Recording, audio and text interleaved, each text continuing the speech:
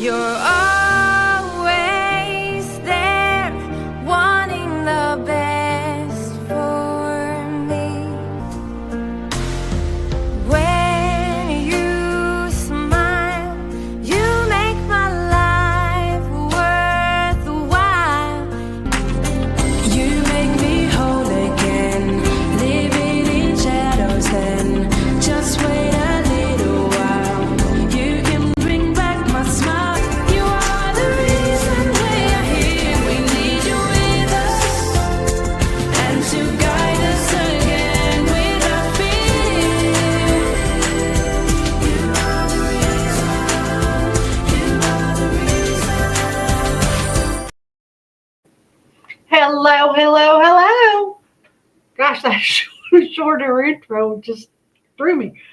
I wasn't ready for that. Okay, today we're going to work on part 2. Thank you for being here, everybody.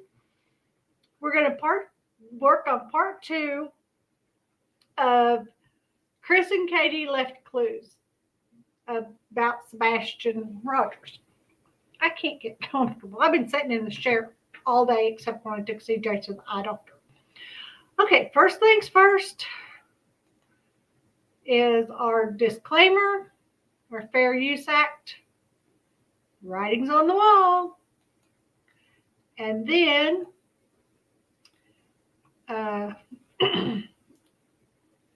everything in this video is based on opinions and interpretations of facts as we know them. Nothing is true unless we can back it with facts. Nothing is meant to be used as an accusation against anyone. The thoughts and opinions of the people in the chat are not necessarily the same as those of the host. Please be kind and do not harass any chat or host members. Let's make this a friendly and informative platform where people can come and enjoy learning about what is happening away from our computers, smartphones, and televisions. Thank you for becoming a Locker Sleuth. You fit great into this locker.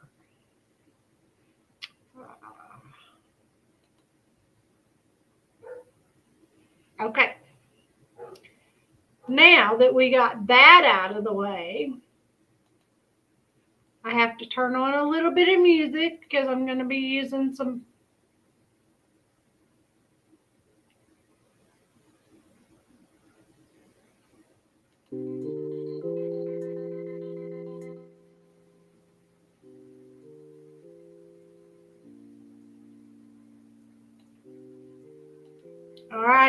Alrighty. Okay. So credit for what I do.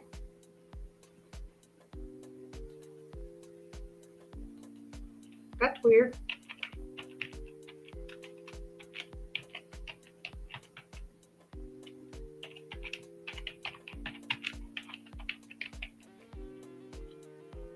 Full credit for this first part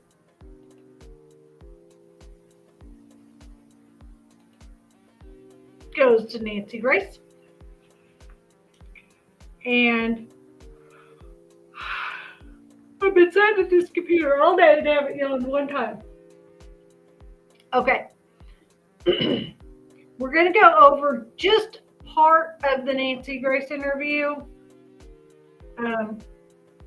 Maybe about 10 minutes of it. This is going to be a short video because my research time was cut short because I had to leave and take CJ to the eye doctor. Everything's good. No glaucoma. They took him off of the suspect list for glaucoma because he has been 3 years and the test has not changed one bit. So they no longer suspect him of being eligible for glaucoma. So that's great. That doesn't mean he can't get it in later years, but for right now, he's good. And we don't have to get that testing every 6 months anymore. Pardon me. I'm not going to fall asleep, I promise. So for anybody in the back chat that might want to say that I'm falling asleep at my computer, I may yawn, but I won't fall asleep. And Spoiler alert, I cannot sit still. So, let me add to the screen. Yesterday, we saw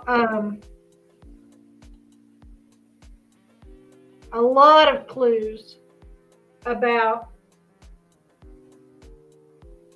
there was like, I don't even know what I did with the paper.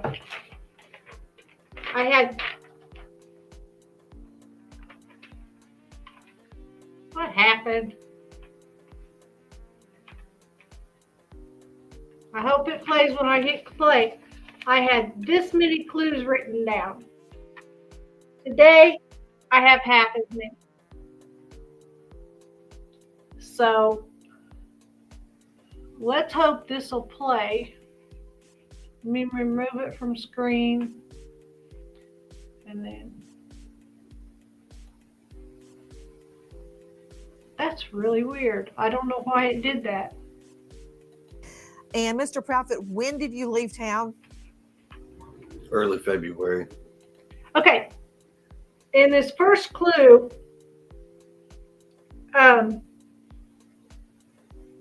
you're going to catch that Mr. Proudfoot, Nancy's going to ask him about when he left home. And she's going to ask him specifically, have you seen Sebastian since you went to work? And he is going to respond with, yes. I saw him the morning he went missing. Catch that. Can I confirm, where was his bio dad at the time he went missing? I believe he was at work in Nashville. Had there been any family argument or altercation prior to him going missing? No, ma'am. And Mr. Proudfoot, when did you leave town? Early February. So you had been gone for days before he went missing. Is that correct? Correct, ma'am. Had you visited home since you left? You said from when I initially left? Yes. Yes, ma'am. I came home February 26th, the morning I was told that he was missing. Ding, ding, ding, ding, ding. He came home the morning he was missing.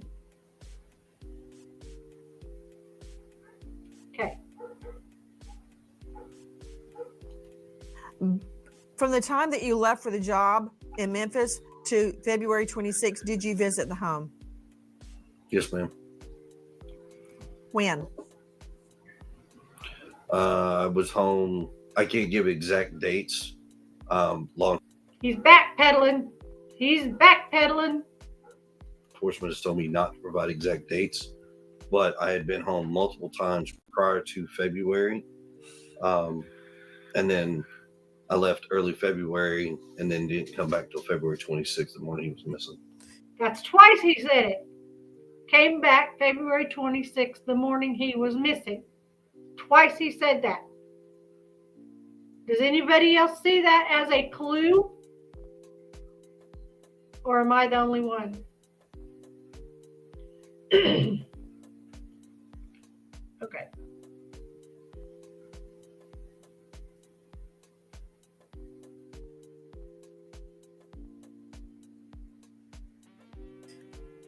So you were not home from the time you left early February till Feb 26. Is that right?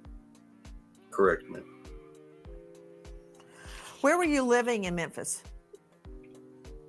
I have an RV trailer that I stay in at an RV park. Okay. Next, we're going to go to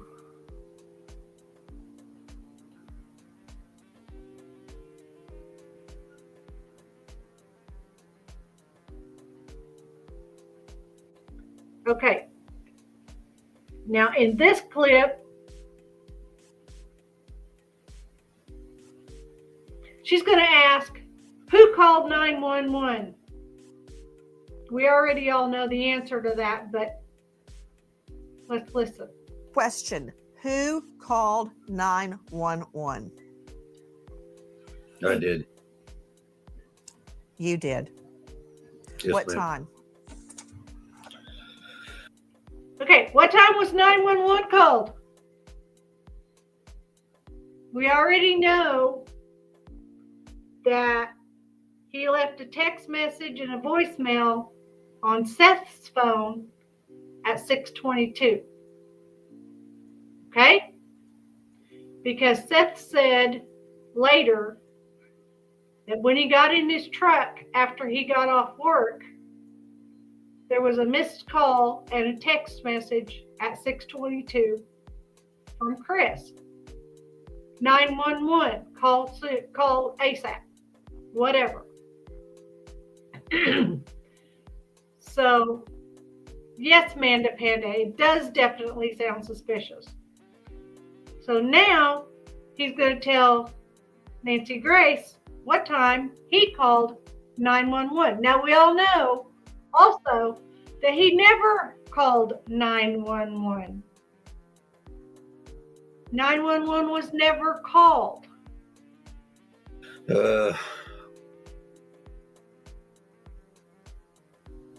At 6:03 is when she called Chris, and at 6:33 is when he called the sheriff's office.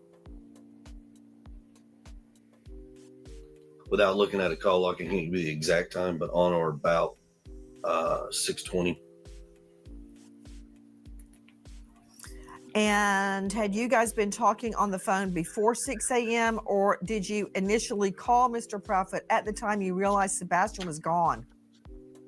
I called him when I realized Sebastian was gone.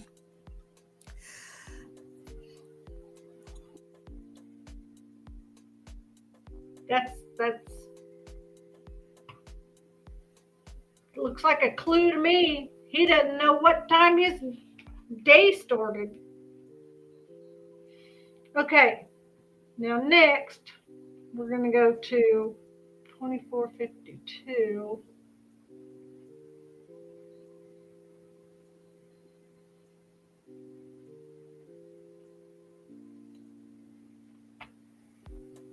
And the next thing, do you remember?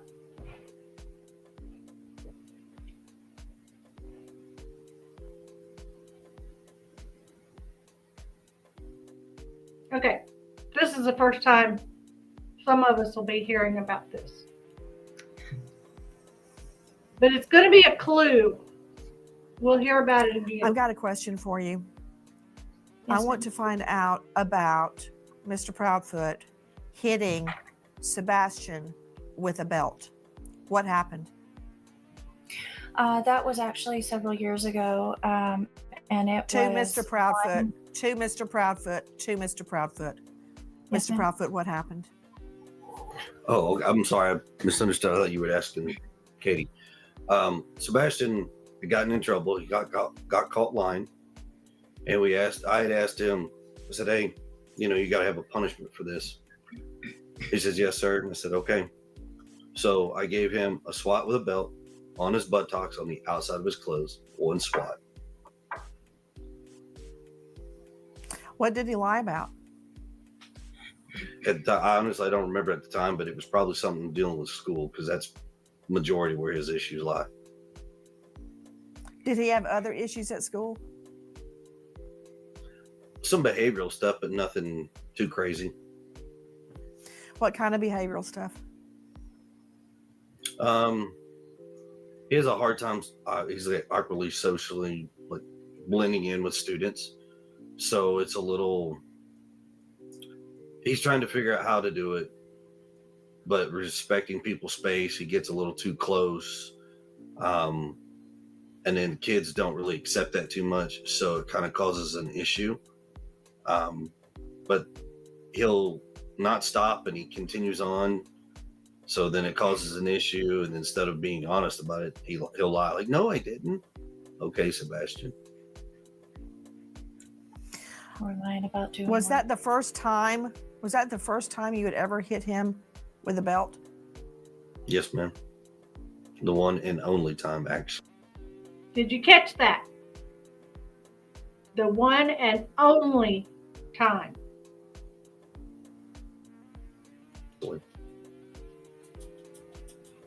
When was this? Years ago, ma'am. Any idea how many? 3, 10, 1? It probably at least 3 years ago.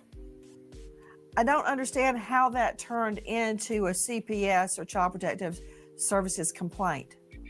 How were they alerted that you hit him with a belt? That did not turn into a CPS service call. There were other CPS reports, right? Were they regarding your other child? There is one in regards to my daughter that I know of out in New Mexico. And he's lying about this because we know that there's 5 of them. And we know also that there's one about the belt. My ex-wife and myself. What happened? At the time, my ex-wife had fled to New Mexico with my daughter. We're going through a custody and a divorce case at that time. And at the time, when I'd call and try to check in on my daughter, I could never reach my ex-wife at that time. So a welfare check was requested. Law enforcement told me to call CPS if I had concerns. So I called CPS. Law enforcement did make a welfare call, and that was it. Then how does that turn into a CPS complaint against you? I have no idea, ma'am. There's a lot of misinformation out there right now in regards to my New Mexico case that actually has no relevance to the Sebastian case. Then was there even a CPS complaint against you in New Mexico? Not that I am aware of. And my attorney and myself are well educated on my case, and there's nothing that we know of. Was there a TRO taken out again? Okay. He's totally lying. Why would the ex-wife need... I can let this play through and he'll explain it if you want me to. I was going to step over to the next part, but I'll let it play through. It's only a few minutes. Against you regarding Yes, ma'am. your daughter. Not a TRO, but a TPO. A temporary protective order. Why was that taken out? So in regards to that case, my ex-wife had a TPO put against her in Tennessee at the time. When we went to court, that got dissolved. I was ordered to hand my daughter back over to my ex-wife at the time. She gets in a truck. She fleds to New Mexico. 2 days later, she files one in retaliation. Do you remember yesterday when we were talking and he said that he was holding Faith when she was about 6 weeks old and she was in his left arm up against his left cheek, and his ex-wife slapped him on the left side of the face, so he got a restraining order against her? And that's the one that was dissolved. And when it was dissolved, he had to return Faith to Nina, which is his ex-wife. And then that's when she went to New Mexico. And then she filed a TPO against him. It was just back and forth, back and forth.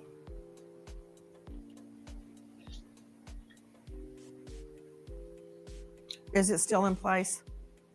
No, ma'am, that was dropped within, I think, 2 weeks of it being put in place. The way she's looking at him, it looks for kids. I've got it. Okay. What happened was right after Faith was born,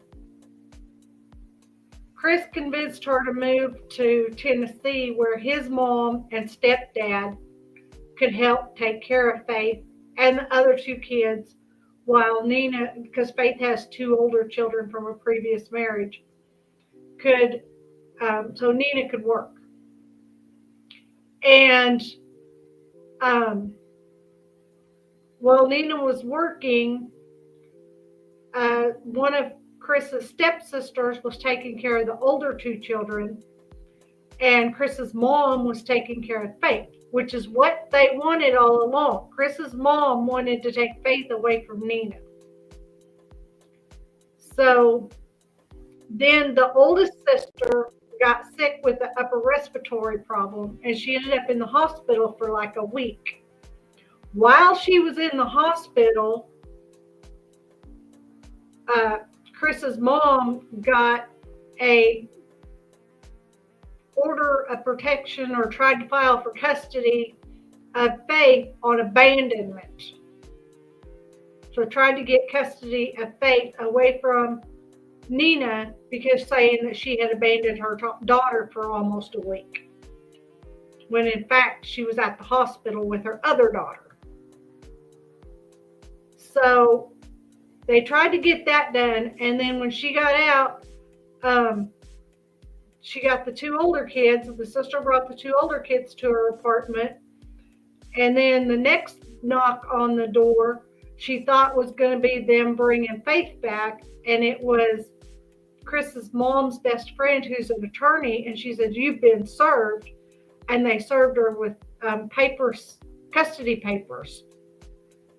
So Faith had to do Nina had to do all she could, and she got an attorney, and the attorney helped, and it was all dissolved, and he had to turn Faith back over to Nina, and that's when Nina left and went to Mexico. Her dad came up, and they packed everything up that they could fit in the two vehicles, and she packed the kids up in her vehicle, and she went over there, and she got Faith, and then left to go to Mexico. And they actually followed her all the way to the Arkansas border.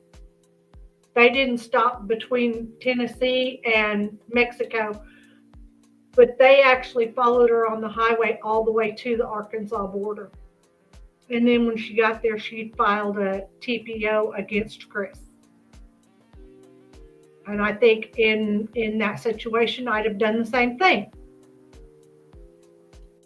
I got a question about the belt incident. You're telling me that was the only time that you ever hit Sebastian with a belt? Yes, ma'am. And you're also telling me that did not make it to CPS? No, ma'am, that did not.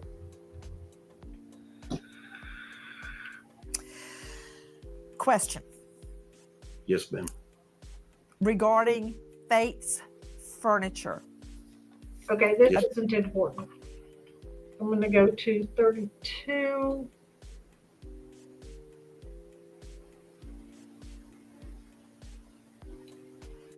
Okay. Now this, he said this yesterday, and he's going to say it again, but it's not possible. Walked it, drained it, and there's nothing. The retention pond was only knee deep anyways. Not the retention pond, the next part.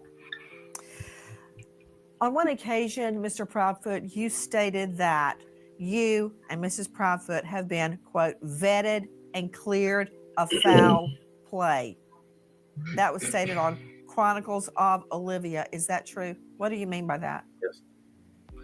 Do you remember me reading that or hearing that yesterday about him saying that on Chronicles of Olivia yesterday? Well, here it is again. So after working with law enforcement of all agencies, they have actually told us that there is no foul play, no nefarious issues. We've been cleared of all wrongdoing. We are working extremely cooperative with all law enforcement agencies at any point in time that they've called, come to the house, anything. Was Sebastian angry. So Seth has said, and I didn't, this series of questioning or whatever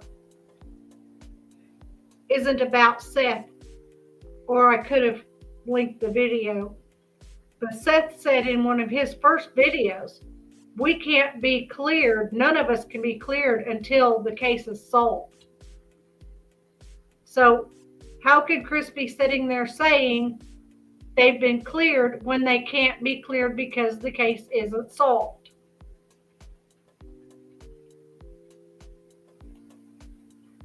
Okay, next we are going to go to Smileystory's world. Smileystory's world, because she was in the middle of an interview. She was up on panel on Clutch Them Pearls, and I don't know what was said on panel. I wasn't watching it at the time, but Chris Proudfoot called her or texted her or whatever. I feel like there's something on my face. Like it looks like there's a line right there. Must be just a shadow. Anyway, he called her or texted her, what? You need to go live right now. I need you to go live right now.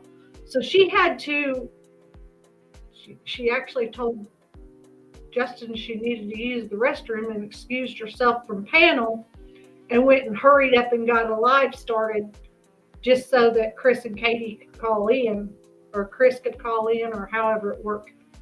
Yeah, Chris and Katie both called in. So here are some of the clues that he left with Smileystory World. Let me give her credit here.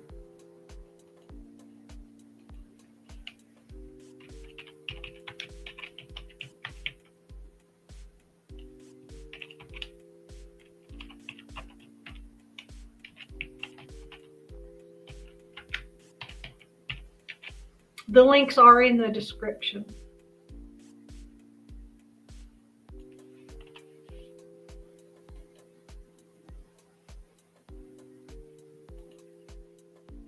Okay.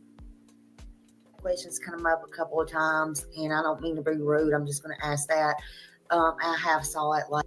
Okay, this first clue, Katie is going to leave the clue.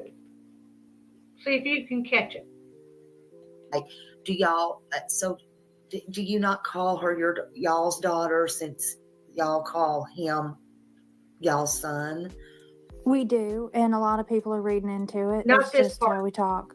Our boy, our girl, my son, my daughter, his son, his daughter. I mean, they're our children, but our children also have other parents as well. Mm-hmm. Mm-hmm. You know, I mean, both of our children have more than just two parents. Yeah. And I know you probably have been asked this on several channels. Y'all have been on several channels. Is there a reason that Chris hasn't seen him since? I know it had to do with the work, but like, why did he say he hadn't seen Sebastian since the 1st of February? Because that's the truth. He hadn't seen him since the beginning of February. I mean, is there a reason for that? He's working 3.5 hours away. He don't come home after work. So was he, I mean, and I'm just wondering, like, was he gone for like 3 weeks or 2.5 weeks or something like that? He'd been gone since the beginning of February was the last time he was actually home. Christopher was actually home. And yes, he did see Sebastian when he come home. Did you catch that? Did you catch the clue? And yes, he did see Sebastian when he came home.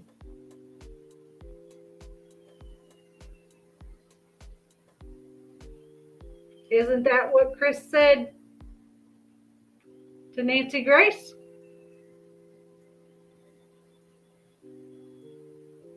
I had been home the morning he went missing.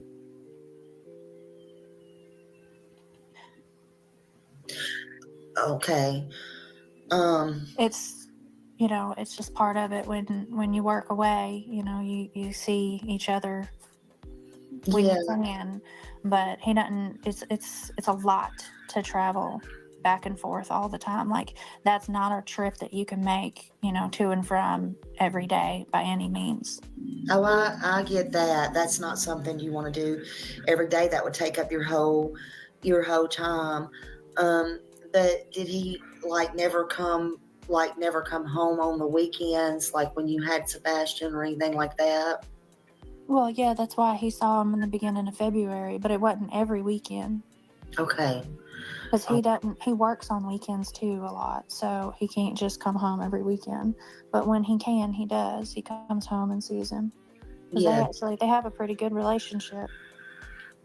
Did he talk on the phone with Sebastian while? Okay. Listen to her wording in this answer, and you're going to hear another clue. One that leads me to believe that Sebastian is still alive. He was at work? He does. Mm-hmm. Okay. All right. Okay, let me back that up just a little bit so you can hear the whole question and answer. I'm just wondering, was he gone for 3 weeks or 2.5 weeks or something like that?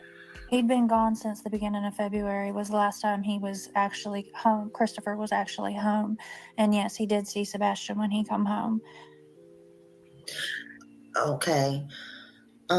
It's, it's just part of it when you work away, you see each other when Yeah. you can, but he doesn't. It's a lot to travel back and forth all the time. Like, that's not a trip that you can make, to and from every day by any means.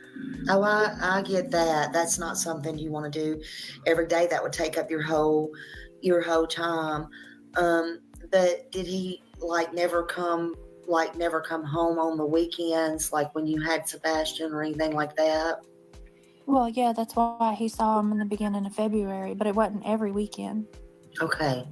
Because he works on weekends too a lot, so he can't just come home every weekend. But when he can, he does. He comes home and sees him. Yeah. They have a pretty good relationship. Did he talk on the phone with Sebastian while he was at work? He does. Mm-hmm. Okay. All right. He wants to see if you can drop the link again. I think it's Okay. Yes. Did you catch that? Did he talk to Sebastian? Did he talk to Sebastian on the phone? He does. Uh-huh. Okay. Then next we're going to go to 3516.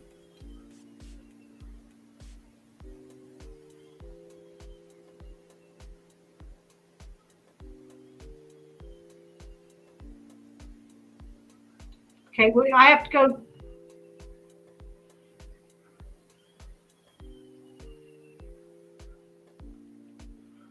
I smell something that's not legal.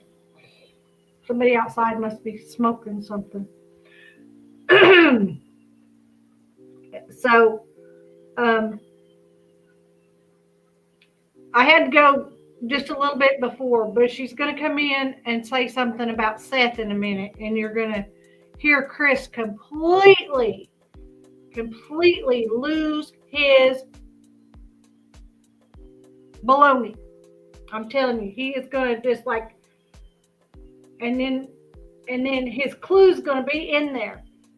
You'll catch it. Let's see. Well, when Seth said that when he came, that everything was in pristine condition except for his room. I know that the LE was there, and he said that the LE was there.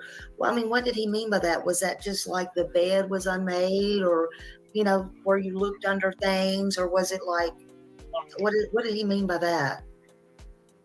Sebastian's room is always a little bit messy, but Of course. He's a 15-year-old boy.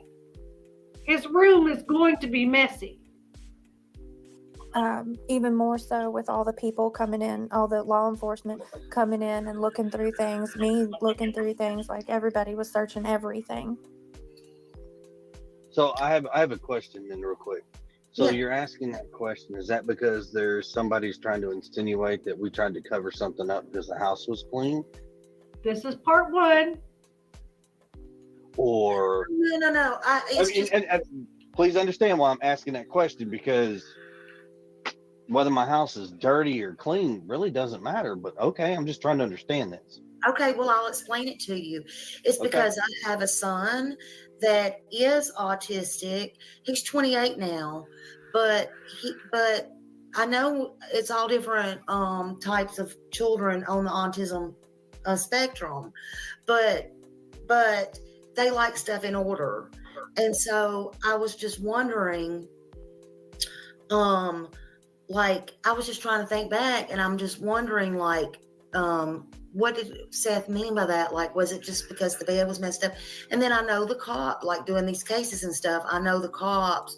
So, I mean, it's not like you have to get paranoid that I ask you that. It's just, I was asking that because I was thinking back on things, not only personally, but because I was just trying to make sense of, and then when Katie said, well, it was just his room's out of order and stuff, I'm just thinking, well, you know, some kids, maybe they do, you know, if they're autistic, you know, I don't know. I just asked that question. When I ask questions, I just listen. Let me just tell you this: when I ask questions, you don't have to necessarily look. I'm not the police, okay? And you don't have to worry about how I ask questions. It's just I also work for a retention center for 11 years, and it was my job to retain people and think outside the box, and that's what I do. It's a habit. So there's right. that. So me asking that question back is because you've got a lot of viewers. I'm not saying your Here's part 2. viewers. So let's make that super clear so that viewers don't get that construed with anything.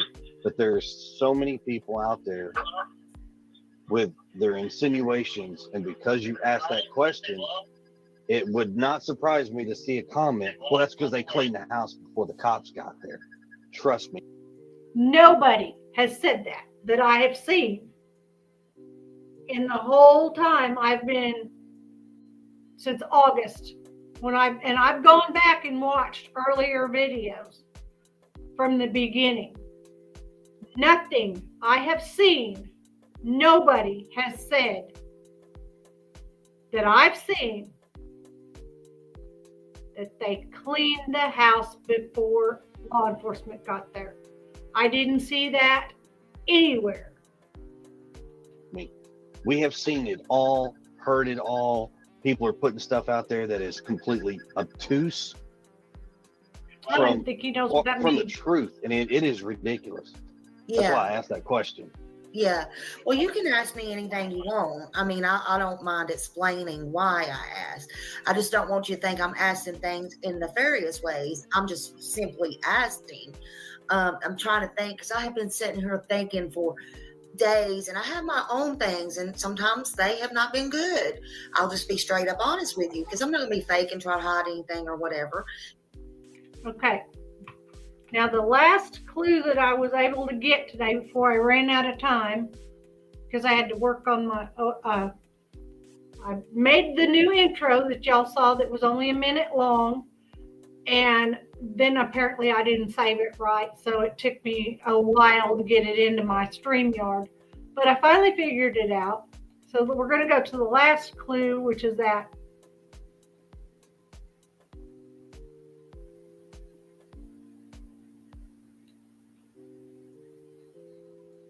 do you remember the belt story that he told Nancy Grace in the beginning? That it was 3 years ago, and he had only hit him one and only time. Okay.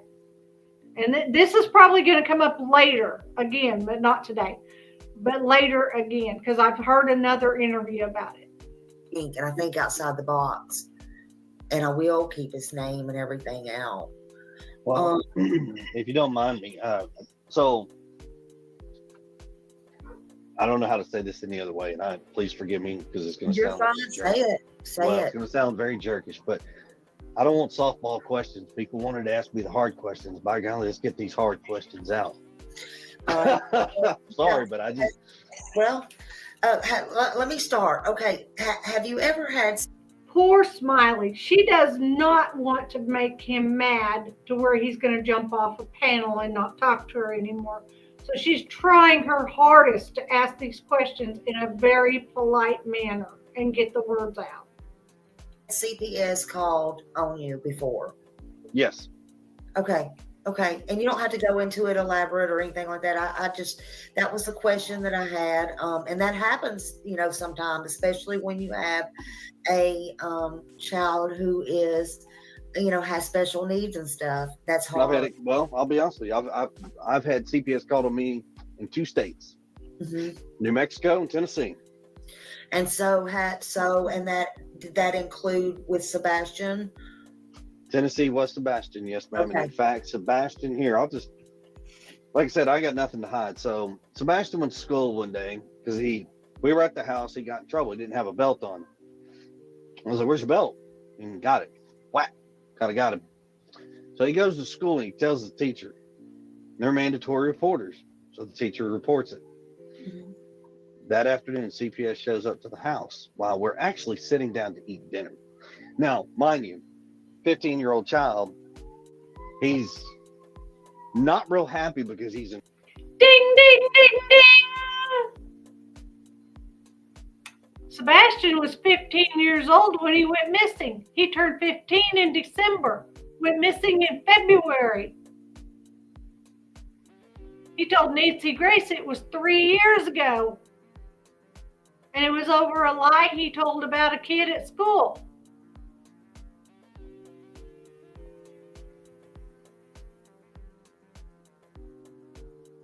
Anybody else catch that? Did anybody else catch that? I caught it. In trouble, so he's being punished. So he shows, he makes a report. They come to the house, and the lady who comes to the house is the same lady we've had. She's had a case before. Now, the case that was before was something that didn't even happen, and it's like 3 stories that was shoved into one. And when they finally got it debunked, they were like, "Oh, he got so mixed up in telling one story, it mixed into 3, and it caused a commotion." Well, they canceled that out. So the one on me, she shows up, and I said, "Hey, how you doing? It's her again." She's like, "Oh, hey." She goes, "Hey, I already don't." She's like, "Don't tell me anything, but I'm gonna tell you what I know happened." And I said, "Okay." She goes, "Blah, blah, blah." She told me exactly what happened. I said, "Yes, ma'am." She goes, "Oh my God." I said, "Yes, ma'am. This is how it's been." Sebastian thought by telling on me, making it sound like I was so horrible. Oh, you cut out. You cut out just a minute.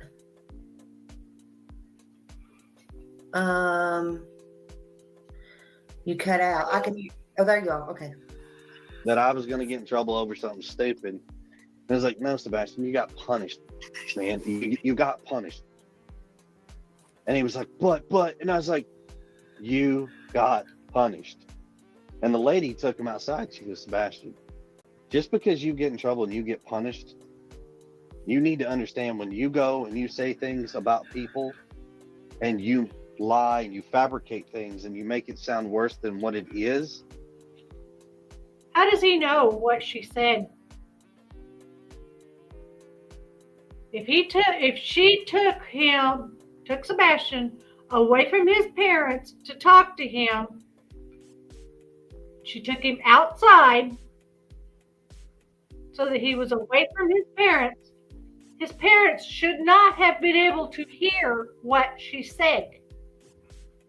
That's why you take a child why a caseworker takes a child behind closed doors to talk to them away from their parents, because they can get more truth out of a child when the parent is not there. And no, as far as I know, I've never known a CPS worker telling a child, if you tell lies, you're going to be the one getting in trouble. I've never heard one say that, but I'm not saying doesn't happen. I'm not in Tennessee. I've never talked to anybody in the state of Tennessee to the best of my knowledge. Sir, you can get in trouble for that. So we had that happened, and the lady was like, I am so sorry. And I said, no, he's just a child. He's upset. It is what it is. I'm okay with it. Mm-hmm. You know, he sat that back down at the dinner table and was like, see, eat your food. And we went back and everything's been fine. Do you believe that everything's been fine? If everything's been fine, why is Sebastian gone?